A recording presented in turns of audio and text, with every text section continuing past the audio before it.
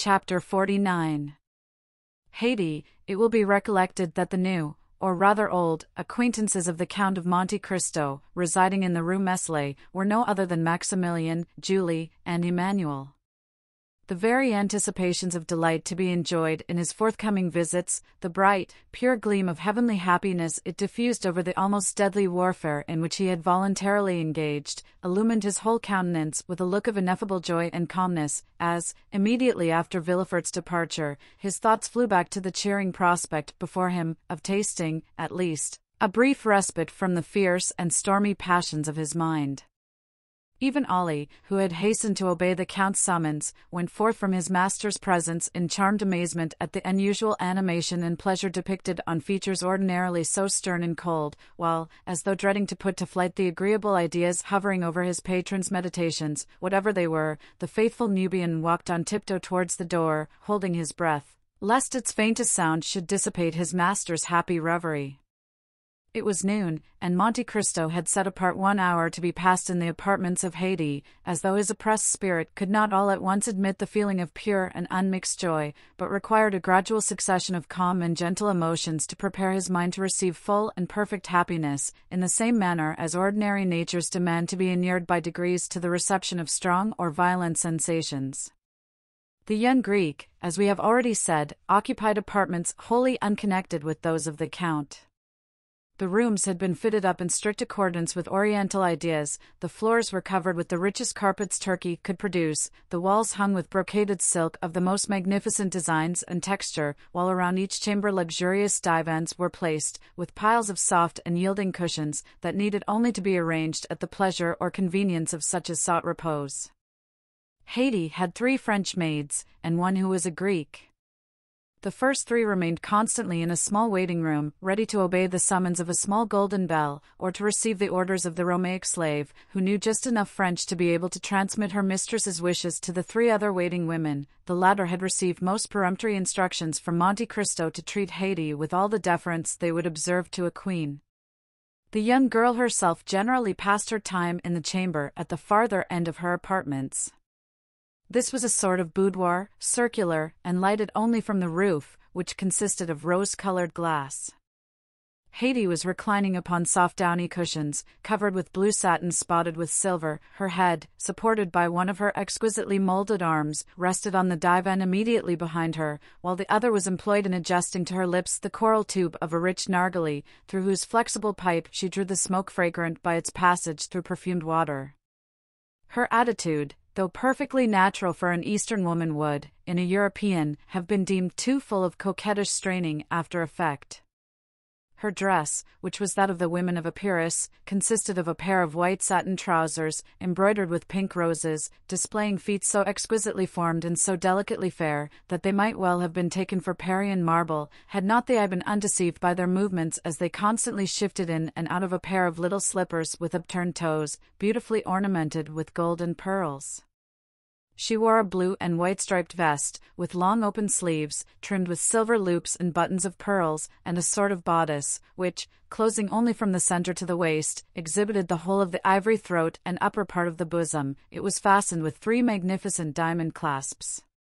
The junction of the bodice and drawers was entirely concealed by one of the many-colored scarves, whose brilliant hues and rich silken fringe have rendered them so precious in the eyes of Parisian belles.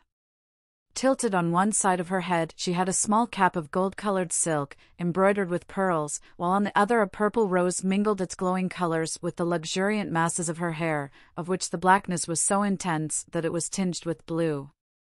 The extreme beauty of the countenance, that shone forth in loveliness that mocked the vain attempts of dress to augment it, was peculiarly and purely Grecian. There were the large, dark, melting eyes, the finely formed nose, the coral lips, and pearly teeth, that belonged to her race and country. And, to complete the whole, Haydée was in the very springtide and fullness of youthful charms. She had not yet numbered more than 19 or 20 summers. Monte Cristo summoned the Greek attendant, and bade her inquire whether it would be agreeable to her mistress to receive his visit. Haydée's only reply was to direct her servant by a sign to withdraw the tapestried curtain that hung before the door of her boudoir, the framework of the opening thus made serving as a sort of border to the graceful tableau presented by the young girl's picturesque attitude and appearance. As Monte Cristo approached, she leaned upon the elbow of the arm that held the narghileh, and extending to him her other hand, said, with a smile of captivating sweetness, in the sonorous language spoken by the women of Athens and Sparta, "Why demand permission ere you enter? Are you no longer my master, or have I ceased to be your slave?" Monte Cristo returned her smile.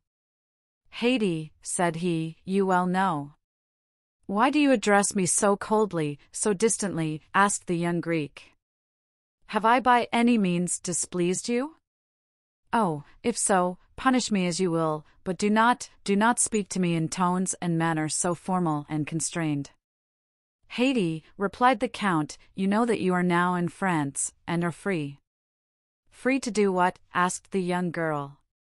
"Free to leave me." "Leave you? Why should I leave you?" "That is not for me to say, but we are now about to mix in society, to visit and be visited. I don't wish to see anybody but you. And should you see one whom you could prefer, I would not be so unjust. I have never seen anyone I preferred to you, and I have never loved anyone but you and my father."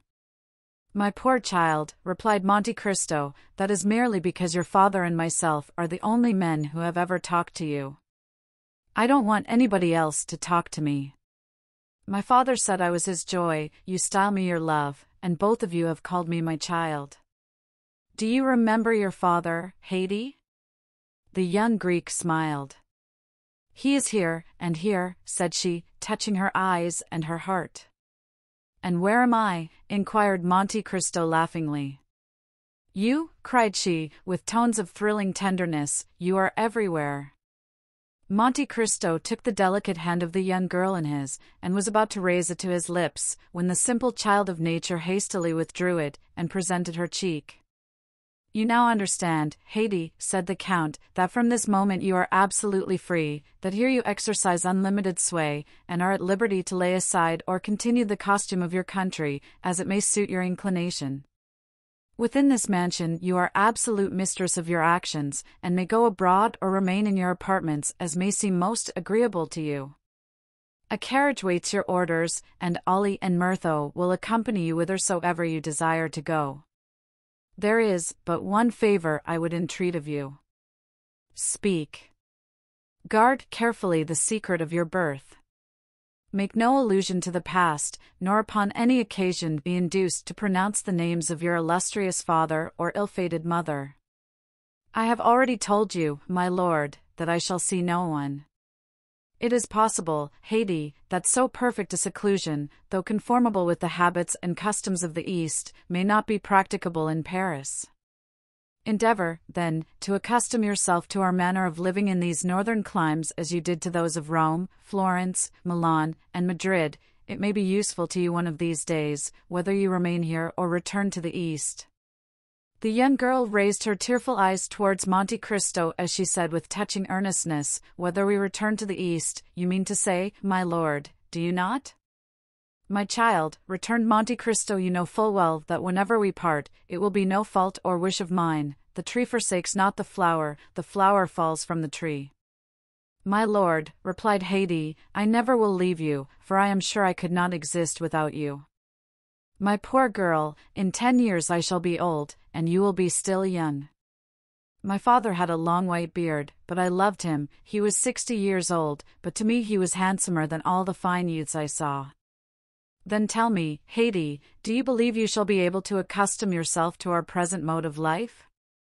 Shall I see you? Every day. Then what do you fear, my lord? You might find it dull." "No, my lord. In the morning, I shall rejoice in the prospect of your coming, and in the evening dwell with delight on the happiness I have enjoyed in your presence. Then too, when alone, I can call forth mighty pictures of the past, see vast horizons bounded only by the towering mountains of Pindus and Olympus. Oh, believe me, that when 3 great passions, such as sorrow, love, and gratitude, fill the heart, ennui can find no place. You are a worthy daughter of Epirus, Haydée, and your charming and poetical ideas prove well your descent from that race of goddesses who claim your country as their birthplace. Depend on my care to see that your youth is not blighted, or suffered to pass away in ungenial solitude, and of this be well assured, that if you love me as a father, I love you as a child. You are wrong, my lord. The love I have for you is very different from the love I had for my father. My father died, but I did not die. If you were to die, I should die too. The Count, with a smile of profound tenderness, extended his hand, and she carried it to her lips.